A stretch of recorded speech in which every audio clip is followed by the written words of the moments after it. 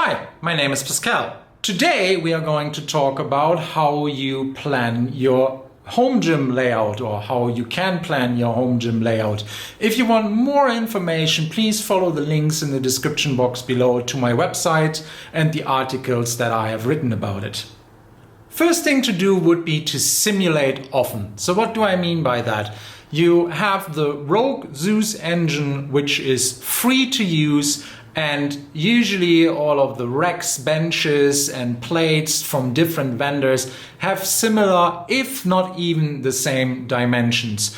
So go to the Rogue website, type in the measurements of your rooms and then start designing. Because just by that very process and going through as many iterations of your home gym as possible, you will learn so much, which will save you time and money before you purchase, rather than doing it the other way around and just having a quick look at your room or the garage or basement, attic, wherever you may want to put the home gym, then estimate everything, put in an order for $1,000 to $3,000 or euros, and then the stuff arrives and it doesn't fit, or the ceiling is too low, or whatever, pick your nightmare here. It is really way more smarter to simulate before you buy, rather than to buy and then simulate within your own four walls with the equipment that was quite expensive and timely to get. Which brings me to the next point. For the room that you're putting your home gym in, measure everything. Measure how wide the doors are, where the windows are, how far up the sills of the windows are, where the windows are opening, the floor, how deep is the room, how wide is the room, what are the diagonals, anything you could possibly think of, because that will give you awareness for the space that you're actually putting the gym in, and then you will also directly see some red flags.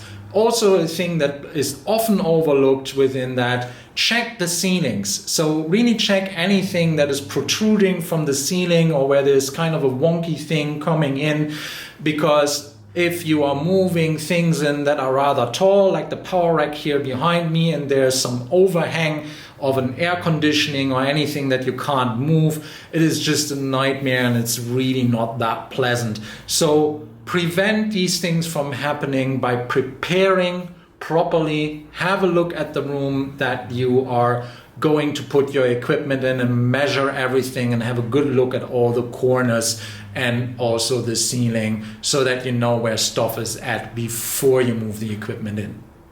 Another thing to check and mark in your drawings are all of the different connections in the room. So what do I mean by that?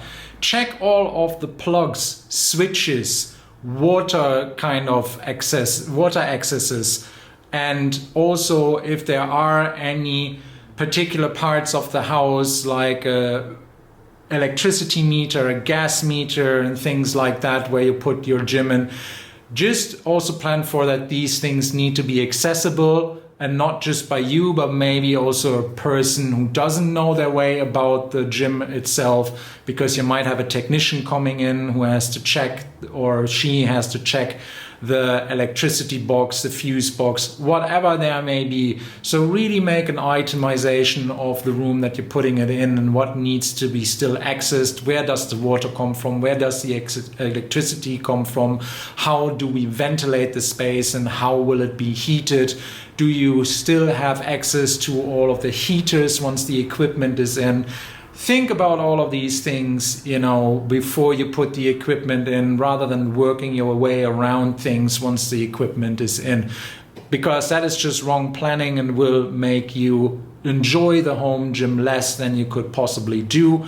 And it's really only a day of walking through the empty space before you put the equipment in and buy anything, to really take notes where stuff is at and how you want things to function. Also, if there's not enough plugs and not enough electricity connections in the room or in the space, think about them, think about where you want them for the future, so that your gym flows nicely, and then get an electrician in and get it installed before the stuff is in. Because it is easier and takes less time. If they're paid by the hour, you save them time and you save yourself some hassle and money. Once you have simulated often, you have the measurements, and also you have all of the infrastructure in place for water, electricity and heating in the room, then it is time to have a look at the floor and walls. And don't underestimate that point, because floors and walls will actually eat up quite a bit of your budget if you don't do them well.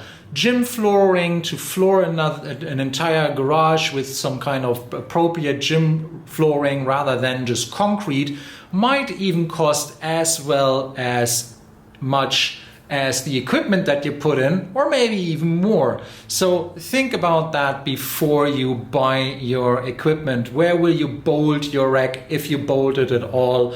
Will you use gym tiles all over the place or just in specific areas? Maybe you want to play around with artificial grass, which I have done, which is a nice and budget effective option itself. And also think about the walls. So if you want any kind of elaborate and intricate designs on the walls, then the time to put it on is before you move the equipment in. And as these also usually take a lot of time and are rather expensive to do, because if you get some kind of designer or spray painter or whatever you may want to do the wall design for you, they will spend a couple of hours on it. Maybe they are paid by the whole piece of art, but maybe they're also paid by the hour if they're just painters and apostrophes. So save yourself some time and hassle by doing it before moving the equipment in, and also thinking about the step floors and walls before you buy the equipment and move it in. Once you are in a space where you're saying, okay, I know what goes on the walls, I know what the floors will be like, I have all of the measurements, then really also ask yourself, well, where will I store everything? You might lose some space over it, and again, go back to the point, simulate often, but ask yourself, where will I put my shoes? Where will I put my wraps? Where will I put my gym clothes? Where will I put the barbell once I'm done? Do I want a foldable rack? Do I still want to store tools and garden equipment and the car in the garage or wherever I want to put the gym? So really think about these storage options, and maybe IKEA the heck out of the space before you move the equipment in, because I didn't pay enough attention to storage before I started, and it left me with some clutter in the gym currently. So I have to actually think about more storage options, and also it was extra waiting time and extra costs because I didn't think of the storage pins that you now see behind me. I had to put them on a separate order, and that is just all time and hassle that you can avoid by just really thinking about storage properly before you make your main purchase for the equipment. Another thing to consider that can be overlooked quite easily when you're just simulating things without actually having the equipment, or at least have an idea of the dimensions of everything, is to have enough clearance around your rack and any other kind of heavy equipment that you will put in your home or commercial gym. So if you are simulating things in the Rogue Zeus simulator or any kind of other software you might use, don't put things right beside each other in a long line. Really think about how you or others will move around the equipment, and that you have enough clearance that can actually happen, because otherwise you will obstruct the training area and render it useless, or at least very, very cumbersome. So think about equipment like barbells that protrude from the rack itself, the storage pins that protrude, any kind of storage that comes from the wall in, because that is also something that is often overlooked. If you put like an IKEA billy here, it will move towards this and might get in the way of the bar path. So consider these things before you buy, and really, imagine yourself walking around the heavy equipment once you've simulated and placed it into the simulation.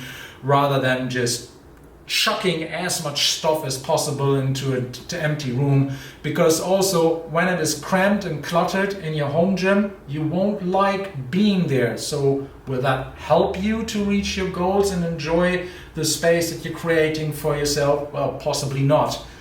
That is why you also have to think about clearance, and at some stages maybe less is more, even though you're getting excited about the new equipment and the new toys. Thanks for watching. Please like, subscribe and tell your friends about my channel. Have a very nice day and I hope to see you soon. Bye bye.